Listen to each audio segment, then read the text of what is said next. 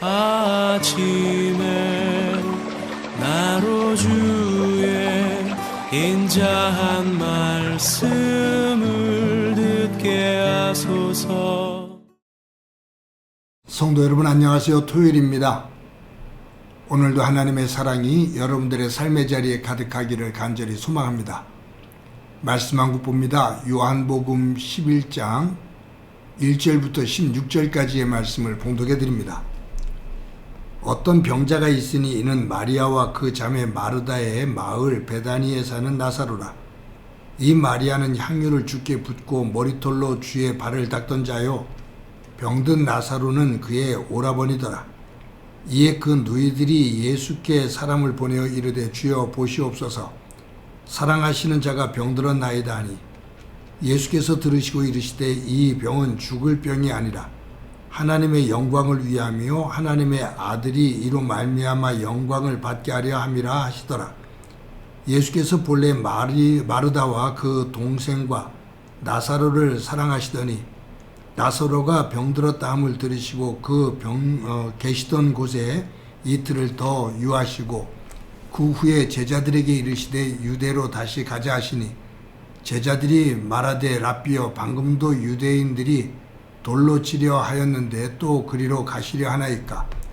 예수께서 대답하시되 낮이 12시간이 아니냐?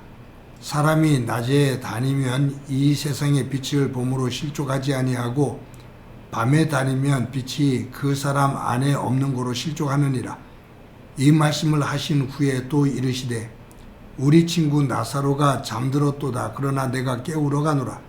제자들이 이르되 주여 잠들었으면 낫겠나이다 하더라. 예수는 그의 죽음을 가리켜 말씀하신 것이나 그들은 잠들어 쉬는 것을 가리켜 말씀하심인 줄 생각하는지라. 이에 예수께서 밝히 이르시되 나사로가 죽었느니라. 내가 거기 있지 아니한 것을 너희를 위하여 기뻐하노니 이는 너희로 믿게 하려 함이라. 그러나 그에게로 가자 하시니 디두모라고도 하는 도마가 다른 제자들에게 말하되 우리도 주와 함께 죽으러 가자 하니라. 아멘. 오늘 본문에는 죽은 나사로가 예수님에 의해서 다시 살아나는 그 기적의 사건이 기록되어져 있습니다. 요한복음 안에는 7개의 기적 이야기가 나온다고 말씀을 드렸지요. 나사로의 이 부활, 다시 살아나는 기적은 요한복음에 나오는 마지막 7번째 기적입니다. 나사로의 다시 살아나는 이 기적은 다른 복음서에 나오질 않고 요한복음에만 나오거든요. 그렇다면 이 요한이 이 나사로의 기적을 기록한 이유가 무엇일까? 그 목적이 무엇일까? 한번 생각해 볼 필요가 있습니다. 나사로가 죽었다가 부활한 이후에 어떤 놀라운 일을 행한 그 행적이 전혀 기록된 것은 없습니다. 그러니 죽었다가 다시 살아난 나사로가 이런 일을 했다라는 것을 말하기 위함이 아니죠. 그 이후로 나사로에 대한 이야기는 안 나옵니다. 나사로의 이 사건, 죽었다가 다시 살아나는 이 사건은 나사로 그 한 개인에게 주목하는 것이 아니라 이 사건을 통해서 예수님께서 전하고자 하는 분명한 메시지가 있다, 그 말이에요. 그것이 무엇일까 한번 생각해 봐야 되죠. 본문 가운데 특이한 점이 있습니다. 2가지가 있는데, 하나는 예수님께서 나사로의 죽음을 잠들었다라고 표현합니다. 죽음을 갖다가 잠들었다고 표현하는 것, 그것은 예수님께서 이 죽음이라는 그 개념, 이것을 우리에게 새로운 것을 말씀하는 거죠. 잠잔다는 것은 깨는 것을 전제로 합니다. 잠들었는데 깨지 않으면 죽은 거죠. 잠잔다라는 것은 분명히 잠에서 깬다라는 것이 전제가 됩니다. 예수님께서 나사로의 죽음을 잠들었다라고 표현하는 것은 나사로가 다시 살아난다라는 것을 전제로 하는 겁니다.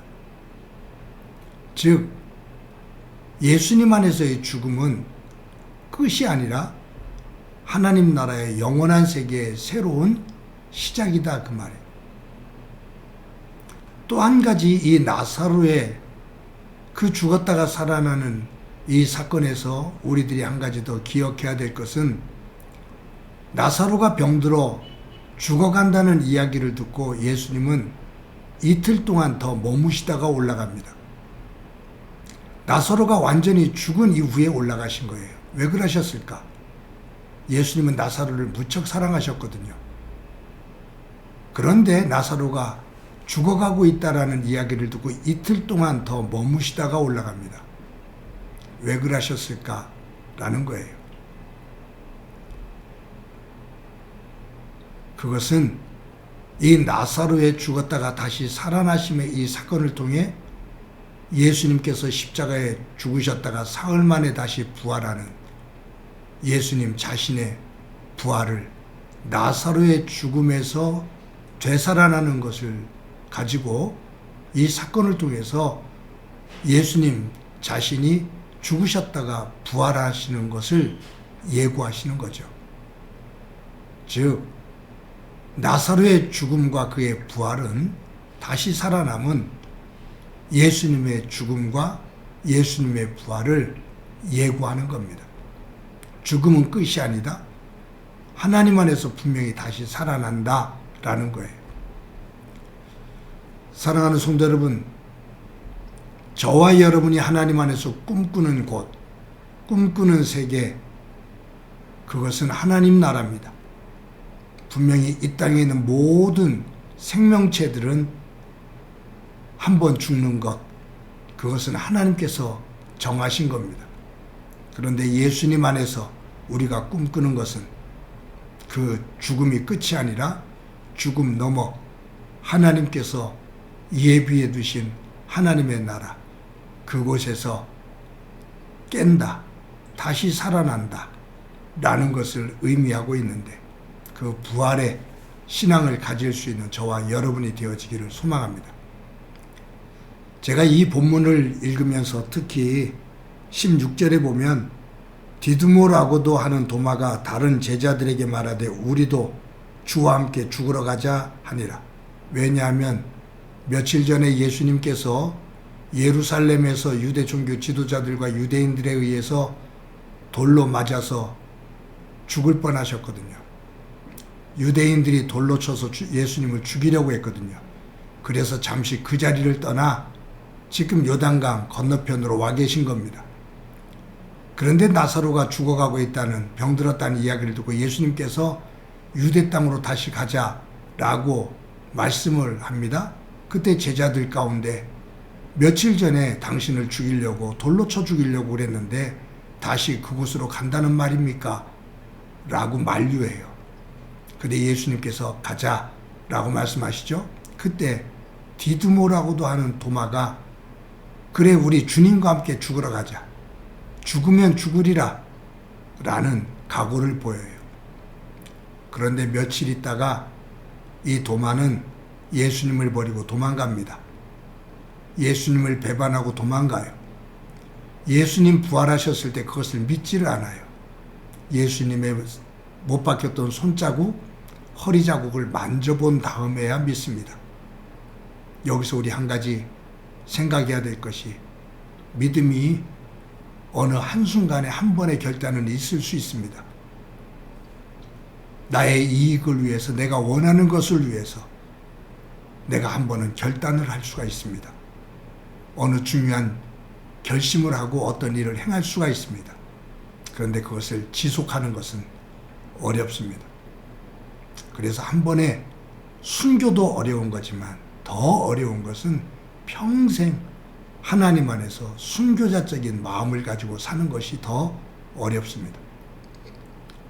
한 번에 대단한 결정을 하는 것, 그것도 어렵지만 더 어려운 것은 매 순간순간 하나님의 사람으로 살아가면서 그 삶을 매 순간 결단하며 하나님의 백성으로 서는 것. 현재, 지금, 여기, 이곳에서 하나님의 백성으로 사는 겁니다. 도마에 주님과 함께 죽으러 가자. 우리가 주님이 죽으신다면 우리도 함께 죽을 각오하고 올라가자. 이것이 며칠 안에, 며칠이 지나서 변질되는데 오늘 하루도 정신 바짝 차리고 하나님의 사람으로 굳건하게 서고 그 후에 하나님의 은혜가 가득하기를 간절히 소망합니다. 한번 기도합니다. 하나님 아버지, 오늘도 귀한 날 주신 것 감사합니다.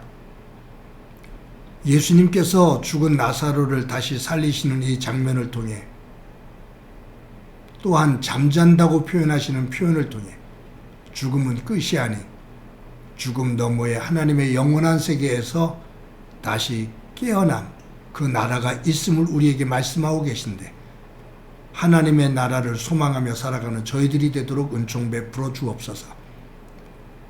도마처럼 한 번의 결정, 그것도 중요하지만 삶 속에서 주님이 나의 주인 되심을 고백하며 꾸준히 살아가는, 변질되지 아니하고 그 믿음을 지키며 살아가는 소중한 믿음의 사람 되게 하옵소서. 오늘도 함께해 주시리라 믿고 예수님의 이름으로 기도드립니다. 아멘.